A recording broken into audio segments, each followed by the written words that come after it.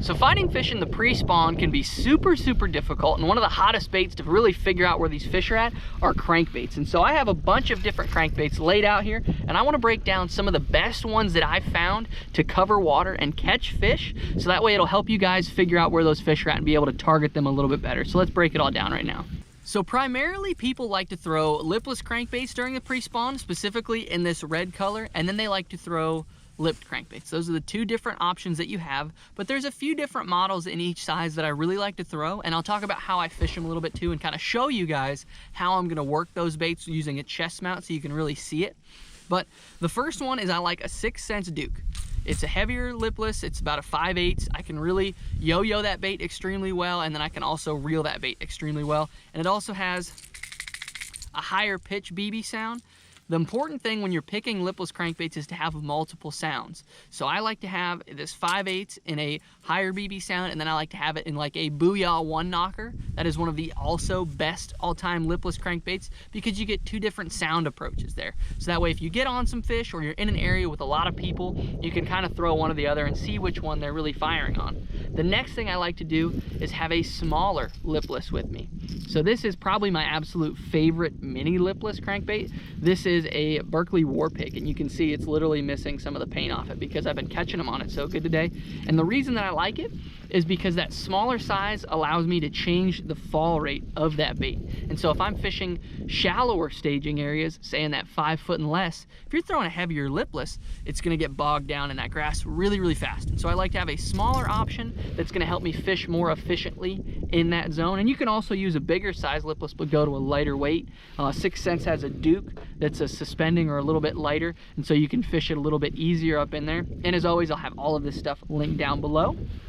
But the reason why liplesses are so good in the spring is because that rattle really attracts and triggers bigger fish. And so it's important to have it in your arsenal for when you're up there fishing in those staging areas. So when you're fishing both crankbaits, it's important to vary your retrieve to really trigger those fish. And I'm really not fishing anything that I expect to get bit on, but I want to show you about how I fish these baits. And so right off the bat, if I'm fishing a lipless crankbait, if I am yo-yoing it even a little bit, I like to go to a 7-to-1 gear ratio reel just to be able to catch up to those fish. Because when you're yo-yoing a bait, a lot of times those strikes are super aggressive and they knock a ton of slack into it. So you have to be able to catch up to those fish. So how I'm going to fish a lipless crankbait in the springtime is I'm going to make a cast, and I'm either going to do some sort of straight retrieve, but you'll notice every time I hit something, I'm going to snap that rod tip because I want to get it to react even in that grass. The other way I'm going to fish that bait is let it hit the bottom and yo-yo that bait. And it can, how you yo-yo that bait can change depending on how deep a water you're in and how the fish want to react to it. So if I'm going to yo-yo that bait, I might go real short hops, I might do double hops, and I might do really long, slow hops. It's all going to depend on what those fish want. And if I'm fishing rock too with a lipless, sometimes I'll just drag that rod too, just to be able to get those fish to react to it on the rock, because that lipless will still make rattles and still make sounds as it's digging across that rock. But those are the different ways that I'm going to fish a lipless. Again, you can even just burn it across the top of some grass if you're really trying to find a group of fish. But as soon as you figure out where that group of fish is, that's when you want to start implementing different techniques to try to get those fish to trigger.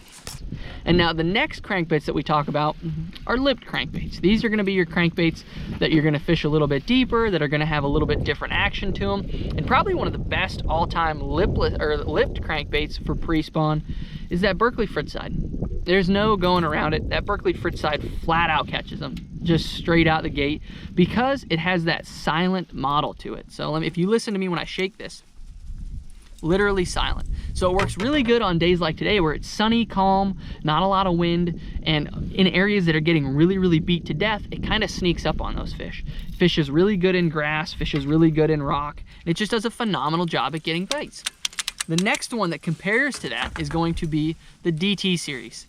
The DT series does a great job at fishing super well in grass, as well as giving you an easy option to figure out what depth you're in. You know, that's why everybody loves them, because that balsa action, and then when you're, say, in 15 feet of water, you can say, okay, I'm gonna pick up a DT 16. That way I know I'm gonna be grinding the bottom in, 15 feet.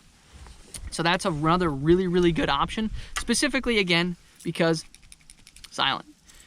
Now the primary difference for when I'm fishing a lipless crankbait to a lipped crankbait is going to be how I fish it through the grass. Because again, when I'm fishing a lipless, my goal is to get it bogged up in the grass. When I'm fishing a lipped crankbait, I want it to tick the grass. I'm trying to just barely get it stuck. So when I cast this out, most of what I do is going to be a slow straight retrieve to where I just pull it free from that grass whenever I get it stuck. And I do a snap downward with my rod, and then it's another straight retrieve. Snap downward, straight retrieve. Because again, all I'm trying to do is tick the top of the grass with this bait. I'm not trying to bog it up specifically, because with a square bill on there, what's gonna happen is that bait's gonna get caught in the grass a lot easier compared to that lipless crankbait, which can free it a whole lot easier. And so you see what'll happen is that lipless, or that lipped crankbait, that grass will just wrap around it. We have some nice coontail down in there right here, which is super, super important this time of year. But that's gonna be my retrieve. And when I'm fishing a lipped crankbait like this, I'll go to a 6:4 to 1 gear ratio reel, because everything is already tight. And so that way I don't have to try to catch up to those fish a lot of times. I can just lean on those fish whenever they eat it. The pre-spawn is a time when there's a lot of people fishing community holes. That's when probably the pre-spawn and the summer are going to be your most community hole types of season, because those fish are going to set up on certain staging areas. But that's why using crankbaits are important, because these staging areas can be super, super loaded or super, super not. Now, I'm on Guntersville today, and I ran 6 points first thing in the morning. Didn't get a bite on the first 5. Pulled up on the 6th point and got 6 bites in like 5 minutes. And it was like every cast you could throw up there, you were getting bit. And so it's important to have baits that you can cover water with. But the reason that I like to have different sound profiles, just like with the lipless baits, also with the lipped crankbaits, is that you get a different action, a different sound, and can really change the retrieve of those a little bit. So hopefully those tips kind of help you guys figure out which crankbaits you should be throwing, how to work them a little bit, and what crankbaits you need to buy for going out in the pre-spawn. Because I promise you, if you keep those crankbaits in your hand in the pre-spawn and fish them the way I showed you, you're gonna get more bites, and you're gonna get bigger bites, and behind people, you're gonna catch more fish. So if you wanna learn a little bit more about some of my other favorite pre-spawn baits, check this video out. I have linked up here. You won't wanna miss that, but thank you guys so much for watching. God bless, and I hope to see you guys in the next video.